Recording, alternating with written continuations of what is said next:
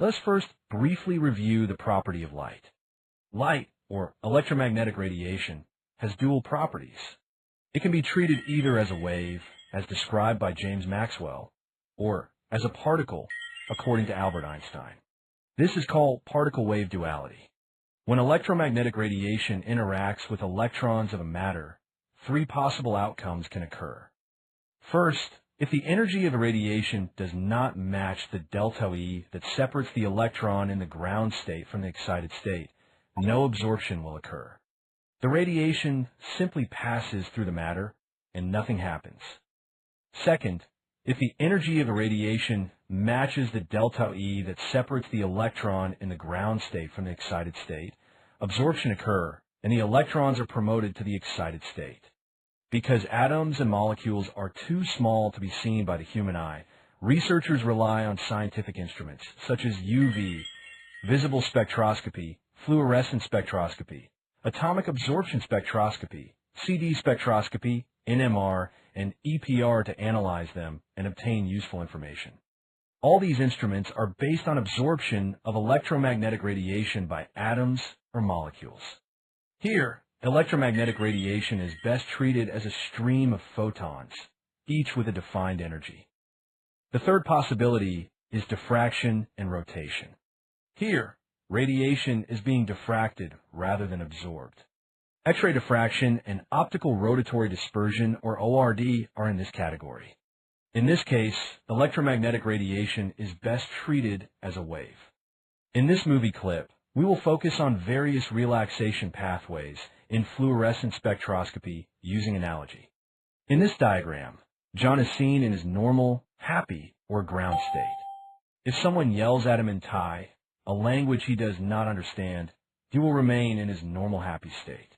One can say that the energy does not match. In other words, it is not at the same wavelength.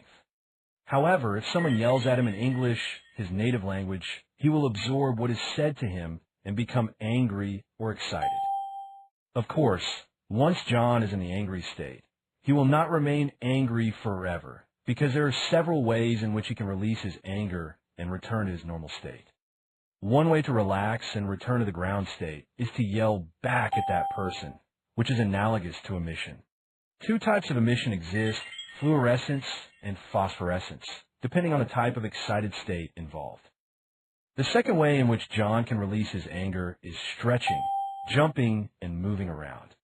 This action is analogous to vibrational relaxation, in which the absorbed energy is transferred to the surroundings through collisions with other molecules or intermolecular interactions.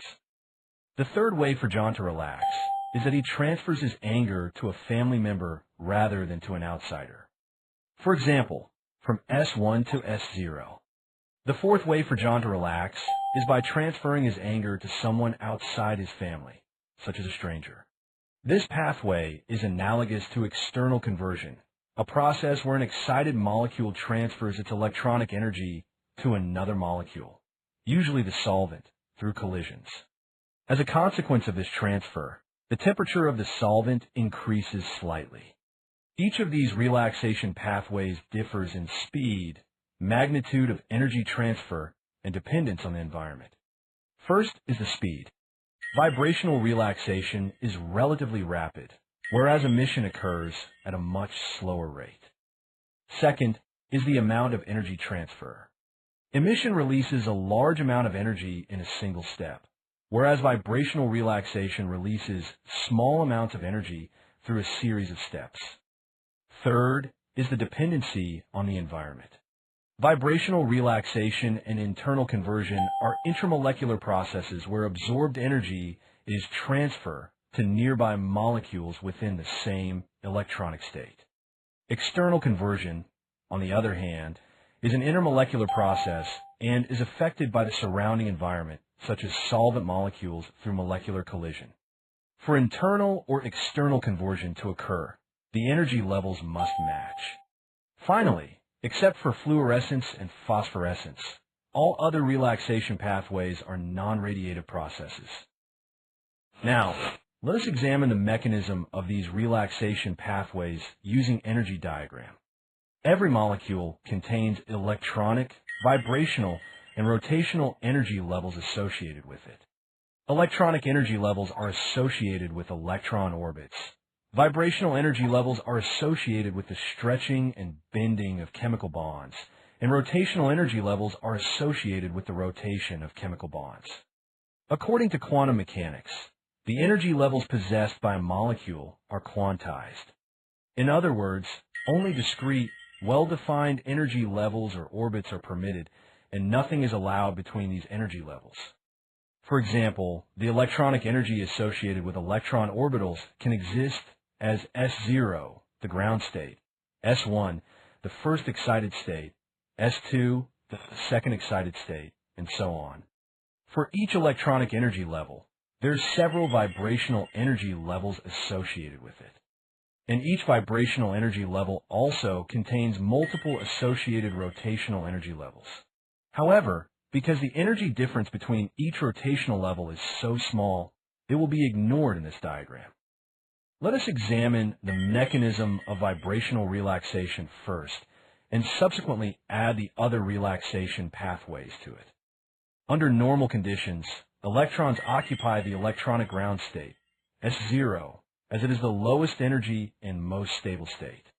When electrons are exposed to radiation with energy equal to their delta E, they are promoted to the first excited state, S1.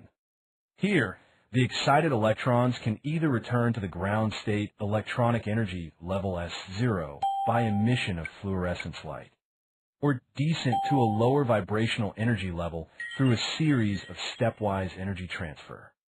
Therefore, these two pathways appear to compete with each other. However, because vibrational relaxation occurs much faster than emission, most electrons relax via vibrational relaxation to return to a lower energy level. As illustrated in the diagram, each vibrational relaxation transfers only a small amount of energy compared to that of emission. At the lowest energy level, the electron either returns to the ground state via emission or through external conversion. Because external conversion generally occurs much faster than emission, most electrons return to the ground state via external conversion without emitting fluorescence. Internal conversion.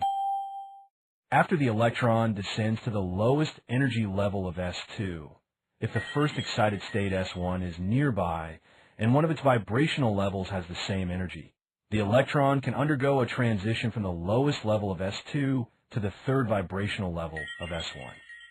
This process is known as internal conversion, an intramolecular transition between two electronic states, for example from S2 to S1.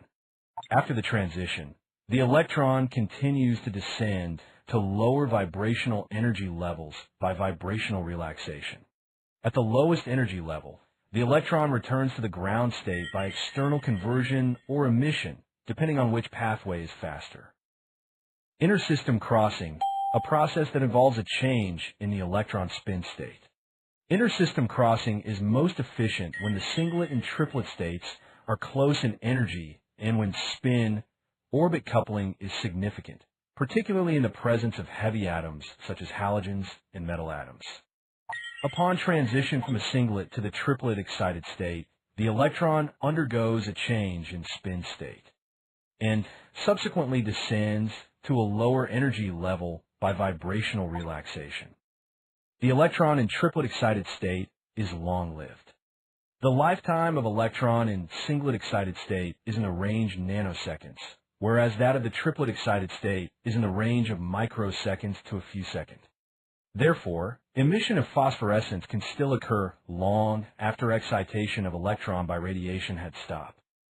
Finally, the electron returns to the ground state either by external conversion or by phosphorescence, depending on which pathway is faster.